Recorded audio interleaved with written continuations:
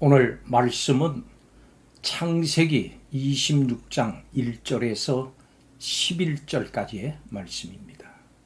오늘 말씀에는 아브라함의 행동을 아들 이삭이 재현하는 듯한 이야기가 나옵니다. 아브라함 당시 첫 흉년이 들었던 그곳에 또다시 흉년이 들었습니다. 이때 이삭은 흉년을 피해서 애굽으로 내려가려고 했습니다마는 하나님의 말씀에 순종해서 그랄 지역에 거주하게 됐습니다.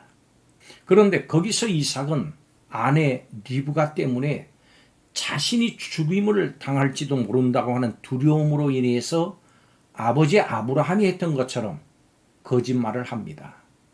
하루는 이삭이 그의 아내 리브가를 껴안았는데 하필 블레셋 왕이 창문을 통해서 그 장면을 목격했습니다. 왕은 이삭을 궁으로 불러들입니다. 그리고 내가 어찌 우리에게 이렇게 행하였느냐. 백성 중 하나가 내 아내와 동침할 뻔했도다 라고 질책을 합니다. 여기서 이삭은 블레셋 왕을 통해서 위험에서 구원하시는 하나님의 섭리를 봅니다. 아브라함의 사건과 유사한 사건인데 그럼에도 불구하고 이삭의 경우에는 리브가를 보호하시는 하나님의 또 다른 섭리를 헤아려 볼 수가 있습니다.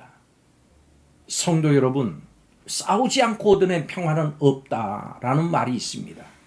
우리가 이 땅을 살아가는 동안 그러므로 영적인 싸움은 계속됩니다. 영적인 싸움 없이 얻을 수 있는 것은 없습니다. 그러면 이 영적 싸움을 치를 때 우리가 가져야 할 태도는 무엇일까요? 오늘 말씀을 통해서 함께 살펴보겠습니다. 첫째로 영적 싸움을 치를 때 순종하는 삶을 살아야 합니다. 아브라함은 죽었습니다. 이제는 이삭의 시대가 도래했습니다. 하지만 하나님은 아브라함에게 하셨던 약속을 이삭에게도 변함없이 이행하십니다. 4절 말씀에 내 자손을 하늘의 별과 같이 번성하게 하며 이 모든 땅을 내 자손에게 주리니 내 자손으로 말미암아 천하 만민이 복을 얻으리라 이렇게 말씀합니다. 2절에 보면 이삭은 기근을 만나서 이 생존의 문제로 고생을 합니다. 이때 하나님께서 이삭에게 나타나서 복의 약속을 주십니다. 문제 해결을 위해서 애굽으로 갈 것을 계획하는 이삭에게 하나님은 그랄 땅에 거하라고 명령하셨습니다. 사람이 하는 행동의 가장 중요한 근거는 믿음이고 믿음은 들음에서 나옵니다. 어떤 말을 들었느냐 이것에 의해서 믿음이 결정됩니다. 이삭은 그와 그의 자손이 번성하고 복의 통로가 될 것이라고 하는 하나님의 말씀을 믿고 애굽으로 가는 것을 취소해서 그 땅에서 문제 해결을 받기로 결심합니다. 이삭이 하나님의 말씀을 믿을 때 형통한 삶에 대한 가치관이 확립이 됐습니다. 하나님께서 아브라함에게 주신 것과 같은 약속을 아들 이삭에게도 주셨습니다.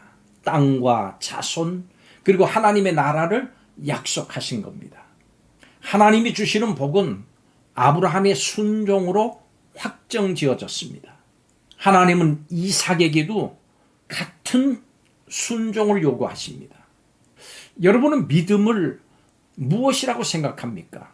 믿음은 하나님이 주신 약속의 그 말씀을 믿는 것입니다. 또한 하나님의 말씀에 대해서 순종의 열매를 맺는 겁니다. 이 둘을 분리하면서 하나님의 약속을 받겠다고 하는 것은 옳지 않습니다. 하나님께서 여러분과 함께 하시는 복을 누리고 싶습니까? 하나님의 말씀에 철저하게 순종하기 바랍니다. 우리가 하나님께 순종할 때 하나님께서 복을 주시고 최선의 결과로 인도하십니다. 오늘 말씀에 바로 이삭이 그랬습니다. 두 번째로 영적 싸움을 치룰 때 죄와 싸우는 삶을 살아야 합니다. 이삭은 그랄 땅에서 하나님의 약속을 받았음에도 불구하고 사람들을 두려워해서 자기 아내를 누이라고 속였습니다. 그가 받은 은혜에 비해서 참 안 어울리는 모습입니다. 그런데 우리는 이삭을 욕할 수가 없습니다. 우리 자신도 연약하기 때문입니다.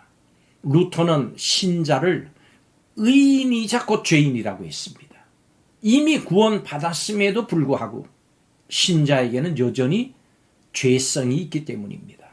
자, 그래서 죄인을 병의 증세가 점점 나아져가는 환자에 비유하곤 합니다. 그럼 우리는 어떻습니까? 죄악으로 신음하던 옛 삶을 벗어버리는 모습, 점점 나아져가는 모습이 있습니까? 하나님께서 이미 베풀어 주신 큰 은혜를 기억하고 믿음으로 살아가야 합니다. 그리고 그 삶 속에서 하나님께 끊임없이 죄를 깨닫고 회개하고 하나님께 돌이킴으로 변화되어 가는 그 모습이 있어야 합니다.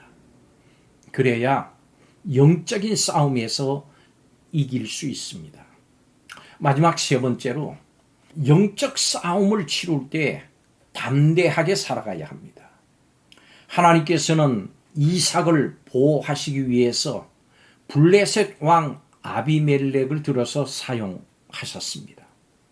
분명히 약속의 말씀이 주어졌음에도 아내의 미모로 인해서 죽임을 당할지 몰라서 전전긍긍하는 못난 이삭의 모습을 하나님은 세상의 권력자를 통해서 보호하십니다. 우리는 세상을 살아가면서 눈에 보이는 것만 보고 판단하다가 그만 용기를 잃어버릴 때가 많습니다.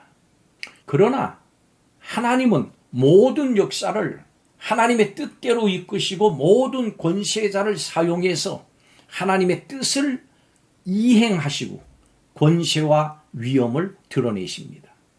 하나님을 믿는 우리는 두려운 것이 없습니다.